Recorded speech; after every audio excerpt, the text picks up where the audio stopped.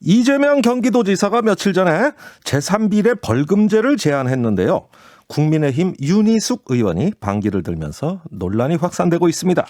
장애 설정까지 벌어지게 만든 도대체 이 제3비례 벌금제가 과연 뭘까요? 처음 제안한 분을 직접 모셨습니다. 인권연대 오창익 국장 어서 오세요. 네, 안녕하세요. 예, 청취자분들이 되게 궁금해하세요. 네. 이게 도대체 제3비례 벌금제가 뭐냐? 그 뜻을 좀 이야기해 주세요. 네, 뭐 벌금이란 게 좀 낯설긴 합니다. 그런데 실제로 한 해 형사처벌 받는 사람들이 대략 80만 명, 70만 명 정도 되고요. 엄청나네요. 그 중에 대부분이 벌금형을 선고받습니다. 예. 죄를 지면 죄값을 치러야죠. 죄값을 치르는 게 바로 벌인데요. 예. 벌은 뭐 사형도 있습니다만 집행 안 하고 있으니까 실제로는 두 가지 벌이 있습니다. 하나는 예. 감옥에 보내는 징역형이 있죠. 신체의 자유를 제한함으로써 고통을 주는 게 첫 네. 번째고요. 아주 많지는 않습니다. 두 번째로 재산을 뺏으면서 고통을 주는 게 있습니다. 이게 예. 벌금형이죠. 예. 학계에서는 재산형이라고 하는데 형벌이란 건 고통을 주는 겁니다. 고통을 주는 방식이 감옥에 가둬도 고통이 생기고 네. 자본주의 사회니까 돈을 뺏겨도 고통이 생기죠. 네. 근데 감옥에 보내는 형벌의 경우에는 뭐 가난한 사람이나 부자나 똑같이 하루가 24시간이니까 느끼는 네. 고통이 비슷합니다. 뭐 아주 뭐 성격이 좋아가지고 감옥 생활이 편했다 이런 사람이 있지만 예, 뭐 실제로는 가끔 소설에 그런 분들 보이더라고요. 네, 하는 얘기고요. 체질인 예. 사람 아무도 없습니다. 감옥 가면 누구나 다 힘듭니다. 예.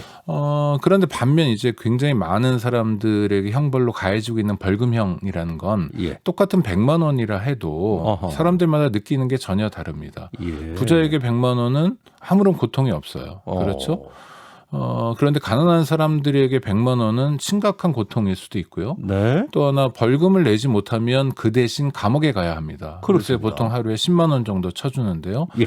100만 원을 내지 못하면 열흘 동안 감옥에 갇혀야 됩니다. 그렇죠. 그러니까 감옥에 가지 않아도 될 만큼 가벼운 범죄를 저질렀다 해서 벌금형을 선고하는 거잖아요. 네. 징역형이 아닌 벌금형은 가벼운 범죄를 저질렀는데 오로지 돈이 없다는 이유로 감옥에 가야 되는 악순환이 생기는 거고요. 네.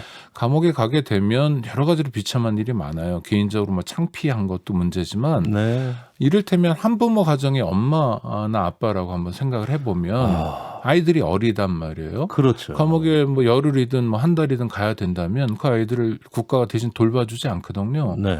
그러니까 가정이 파괴됩니다. 직장 다니는 사람들은 뭐 해고되기 쉽고요. 네. 생계를 박탈당할 가능성도 있습니다. 그러니까 실제 그 사람이 저질렀던 범죄에 비해서 예. 치러야 될 대가가 너무 크고 무거운 겁니다. 네. 그러니까 좀 우리도 다른 나라들처럼 벌금형 제도를 합리적으로 할 수 없냐라는 고민이 제기됐던 거고요. 그걸 해결하는 방법 중에 하나가 예. 제3비례 벌금제입니다. 이건 뭐냐면 재산이나 소득에 따라서 달리 벌금을 매기는 거예요. 예. 쉽게 생각하시면 국민건강보험 생각하면 됩니다. 건강보험 요금이 예. 납부금이요. 다 다르죠. 사람들마다. 그렇죠. 기준은 뭐냐 하면 자동차 배기량도 되고 아파트 평수도 되고 그 사람의 소득도 됩니다. 네. 이런 걸 합해가지고 하는 거예요. 그러니까 건강보험을 달리 내듯이 벌금도 달리 내도록 하자. 그러면 가난한 사람들이 더 가혹한 일을 당하는 일은 좀 줄일 수 있지 않냐. 네. 이런 게 저희 생각입니다. 네, 취지는 좀 이해가 가요.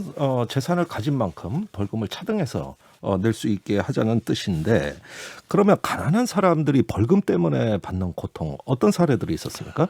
일단요. 벌금을 내지 못해서 감옥에 가는 사람이 얼마나 많으냐면 매년 5만 명쯤 됩니다.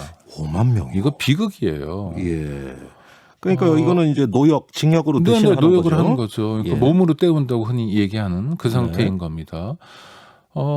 벌금형을 선고받는다는 건 무슨 강도를 하거나 뭐 이래가지고 벌금형이 나오지 않아요. 네. 정말 기초질서 위반 수준이에요. 네. 이를테면 김 선생님 운전하고 가다가 네. 중앙분리대를 실수로 깜빡해서 박았어요. 그럼 예. 범죄입니까 아닙니까?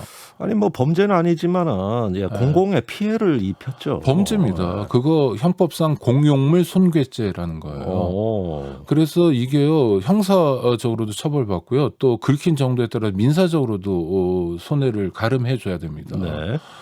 근데 그런 범죄 같은 경우에 의도한 범죄가 아니잖아요. 네. 또 차선을 위반했기 때문에 도로교통법 위반도 추가되거든요. 예. 이런 범죄들이 굉장히 많습니다. 아하. 제가 아는 사례들 뭐 너무 많은데 저희가 그 벌금 때문에 벌금을 내지 못해서 감옥에 가는 사람들의 사정이 딱해가지고 안타까워서 예. 제도만 좀 고쳐보면 이런 무의미하고 불필요한 고통을 얼마든지 줄일 수 있다는 생각이 드는데도 네. 제도가 잘 안 고쳐져서 궁여지책으로 하는 게 장발장은행이라는 걸 운영하고 있습니다. 네, 지금 장발장은행. 만 6년 됐는데요. 네. 벌금 못 내서 감옥 갈 위기에 있는 사람들에게 저희가 무담보 무이자로 돈을 빌려줘요. 네. 그럼 300만 원이면 뭐 25만 원씩 12달에 걸쳐서 저희한테 나눠 갚으면 되는 거죠. 원금만 갚으면 되는 거예요. 네. 그분들 사례들 보면 정말 답답합니다. 이를테면 어떤 대학교 1학년생 젊은이에요. 네. 공부 열심히 해가지고 국립대학에 갔는데 생활비를 마련하지 못하는 거예요. 그래서 주유소에서 알바를 했습니다. 알바를 했는데 일을 하면 월급을 줘야 되잖아요. 네. 사장님이 좀 고약한 분이어가지고 임금을 안 주는 거예요. 아이고 저런. 월급을 안 주는 건 불법 행위입니다. 아니, 그럼- 근로기준법상의 불법 행위예요. 2주 안에 줘야 돼요. 네. 안 주는 거예요. 달라고 그랬는데 안 줘요. 근데 어허. 어떤 이상한 뭐 많지 않은데 이상한 사장님 중에는 젊은 친구가 돈을 달라고 월급을 달라고 하는 게 기분 나쁜 사람도 있었나 봐요. 예. 줘야 될 월급은 안 주고 뭐 했냐면 괘씸하다고 얘 뭐 잘못한 게 없나 털어본 거예요. 어허. 근데 주유소에는 다양한 이제 뭐 쿠폰 제도가 있는데 예. 이 대학생이 그 쿠폰을 다운받는 방식으로 2만 원 정도인가를 소위 횡령을 한 거예요. 옛날에 이런 걸 삥땅이라는 속어를 썼습니다. 네. 그래서 뭘 했냐면 편의점에 가가지고 컵밥, 뭐 사발면 이런 걸 사 먹었어요. 네. 당장 생활이 안 되고 배가 고프니까. 아이고 저런. 이 사람이 횡령죄로 기소가 돼가지고 벌금형 선고를 받은 겁니다. 예.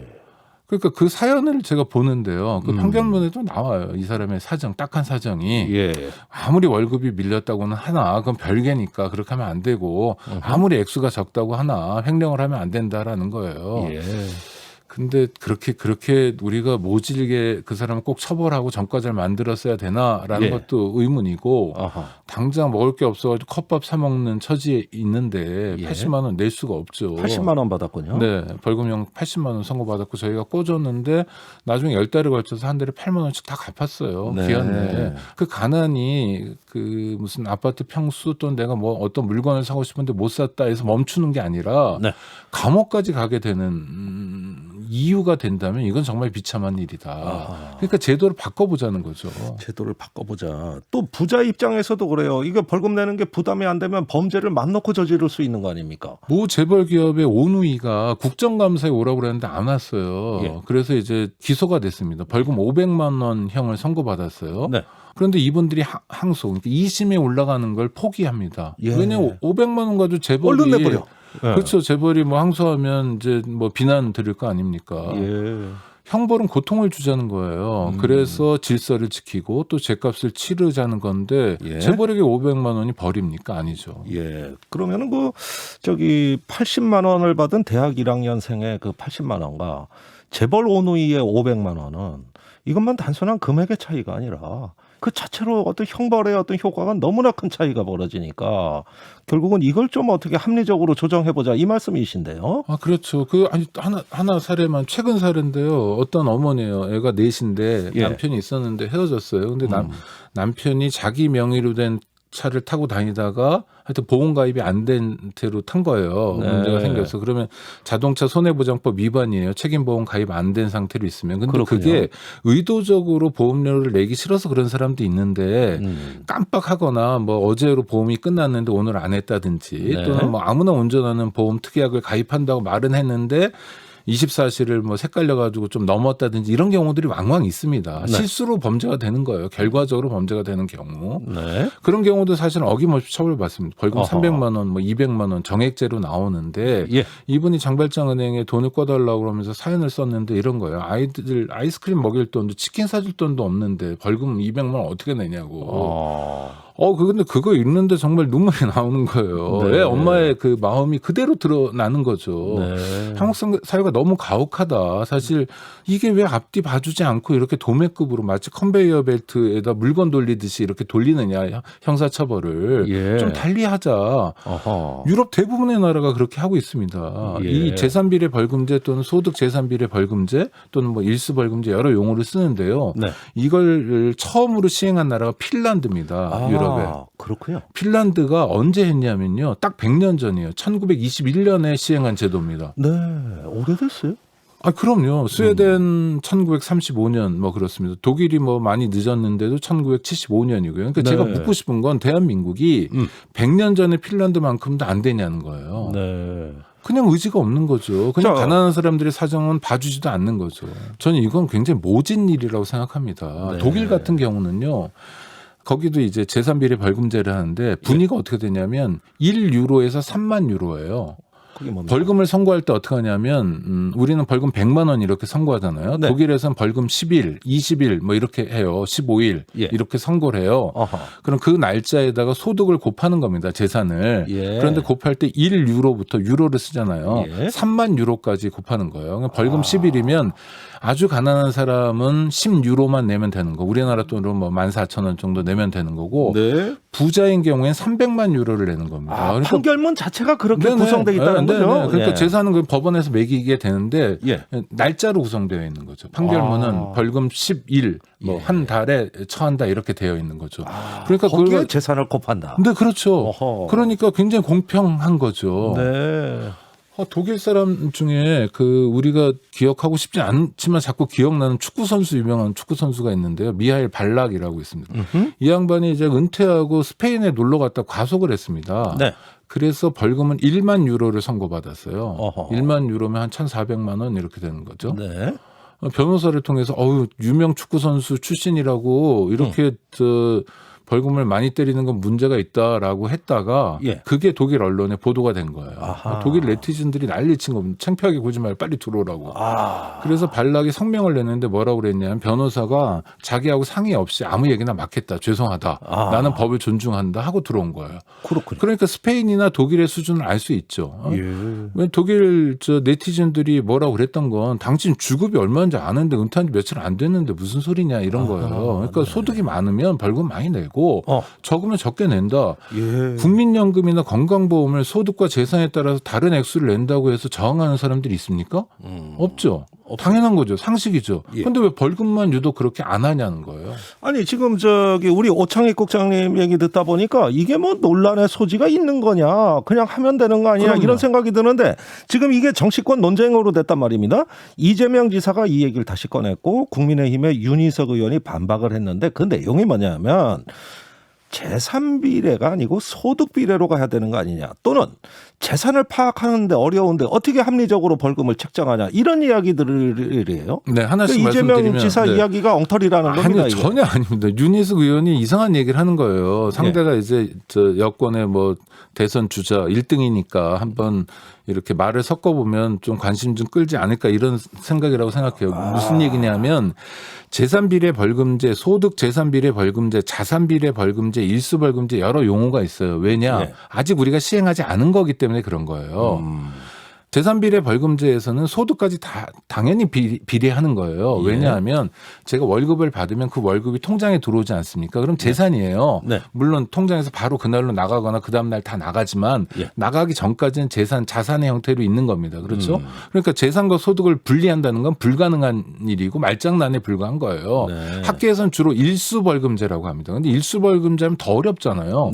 그런데 대중들에게 또 법률로 만들려면 좀 더 대중 친화적인 용어를 만들어야 되지 않습니까? 그래서 재산 비례 벌금제라고 하는 것일 뿐이고요. 그러니까 여기는 소득 비례를 하지 말자 이런 게 전혀 아니에요. 그러니까 오해고 전혀 맥락을 모르시는 거고 정확한 재산과 소득을 파악하지 못한다는 얘기는 거짓말입니다. 정확한 소득과 재산을 파악하지 못하는데 세금 매기고요. 그런데도 불구하고 건강보험을 다 합니다. 대한민국은 수십 년째 부동산 실명제 하고 있어요. 수십 년째 금융실명제 하고 있어요. 문민정부 때부터 했죠. 그러니까 정확하게 재산과 소득이 파악됩니다. 정말 악질 또는 저질 시민이 재산과 소득을 숨겨놓거나 차명으로 하면 어떡하냐 뭐 이런 걱정을 하시는 분도 있는데 그런 걱정에도 불구하고 건강보험을 유지하고 있잖아요.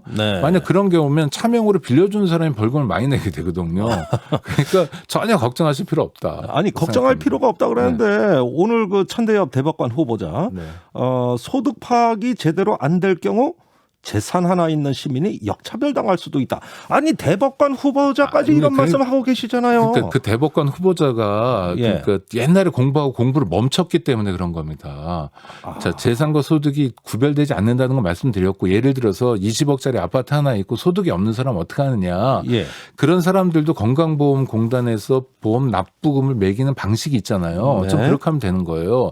그러니까 저는 재산비례 벌금제를 도입하면서 우리가 추가로 인력을 투입하거나 예산을 투입할 일이 하나도 없다고 봅니다. 왜냐하면 독일처럼 3만 분이 1유로부터 3만 유로까지 하는 게 아니라 네. 건강보험 이를테면 납부 증명서를 예. 법원에 제출하는 거예요. 그럼 나는 10분이니까 나는 7분이니까 이만큼에 맞는 벌금을 내겠다라고 신청하면 그걸 인정만 해주면 되는 겁니다. 그러니까 알겠습니다. 새로 법률이 만들어지지 않고도 할 수 있는, 거듭 말씀드립니다만 이건 의지의 문제입니다. 의지의 문제다. 충분히 파악이 가능하다. 이런 말씀인데 이거 또 궁금해요. 윤희숙 의원이 이재명 지사에 대해서 반론한 것 중에 이재명 지사는 보편적 복지, 기본소득 주장하시는 분 아니냐?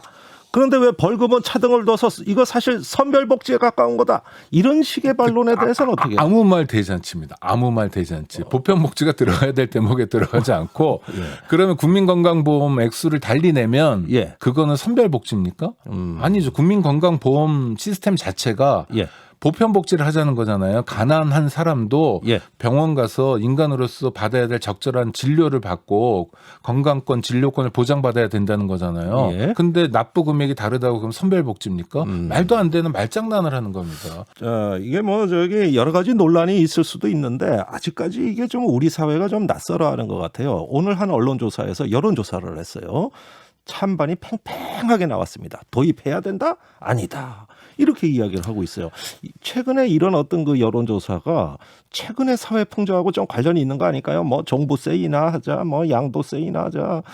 저 아파트 가진 사람이 죄냐, 집 많다고 차별받아야 되냐, 이런 분위기하고 관련이 있는 거 아니냐 이거죠. 우리 사회가 아직 도입하지 않은 제도, 낯선 제도인데도 불구하고 여론조사 결과가 절반 이상이 찬성했다는 것에 전 주목하고요. 네. 또 하나 주목하는 건 이 설문을 좀 이상하게 물어봤습니다. 그러니까 아무런 설명 없이 재산비례 벌금제 도입에 찬성하냐 반대하냐라고 물어봤어요. 예. 설명을 했다면 더 높이 나왔을 겁니다. 왜냐하면 지난해 형사정책연구원에서 설문조사를 했을 때 국민 여론조사를 했습니다. 네. 그때 80%의 시민들이 찬성했거든요. 그래요? 그럼요. 제대로 설명하면 국민의 80%가 찬성하는 네. 제도라면 왜 도입이 안 되냐는 거예요. 아니 그러니까 묻고 싶은 거예요. 대통령에게, 국회에, 예. 또 관료들에게. 뭔가 눈치 보는 게 있어서 그러는 거 아니에요? 글쎄요, 자기들이 소득이 많아서 벌금을 많이 낼 가능성이 높아진다고 그러나 모르겠어요. 정말 아니 그러니까 제가 아까 말씀드렸듯이 예. 기본적으로 힘없는 사람, 가난한 사람들에 대한 마음이 없는 거죠. 마음이 신경이 없다. 안 쓰이는 거죠. 우리 국회가 그 정도로 무심하구나 하는 생각이 좀 들면서 이게 좀 이해가 안 가요, 저는. 제가 국회에 있어봤는데도 네. 이해가 안 가요. 네. 왜 쳐다보십니까? 아니 그러니까 네. 아니 좋습니다. 지금 말씀 듣다 보니까 결국 이게 우리 사회에서 공정의 문제를 어떻게 봐야 되느냐 하는 새로운 기준을 세우자는 말씀처럼 들려요. 그러니까 이재명 경기도지사가 공정벌금이라고 하면 어떤가 이런 제안도 했단 말입니다. 이거 설득이 될 것 같습니까? 네, 공정하죠. 네, 그래서 저는 형벌, 네. 그다음에 세금 네. 이런 거는 공정해야 됩니다. 안 그러면 억하심정이 생기기도 하고요. 또 네. 하나는 벌금은 억하심정이 생기는 정도에서 멈추는 게 아니라 감옥에 끌려가야 되거든요. 네. 무의미하고 불필요한 고통 이제 끝내야 됩니다. 네. 입법부의 결단 또 행정부의 결단으로 이런 문제는 좀 넘어갔으면 좋겠고요. 딱 한마디만 여쭙고 싶은데 1921년 딱 100년 전에 핀란드가 했던 제도를 예. 우리가 못한다는 건 창피한 얘기죠. 네. 명칭을 뭐라 부르든 간에 벌금도 국민건강보험처럼 소득과 재산에 따라 다른 액수를 낼 수 있어야 합니다. 네. 그게 공정한 사회입니다. 네. 아이고 오늘 또 하나의 민생의 중요한 부분을 발견했다는 느낌이 듭니다. 말씀 여기까지 듣겠습니다. 인권연대 오창익 국장이었습니다. 오늘 말씀 감사합니다. 네, 고맙습니다.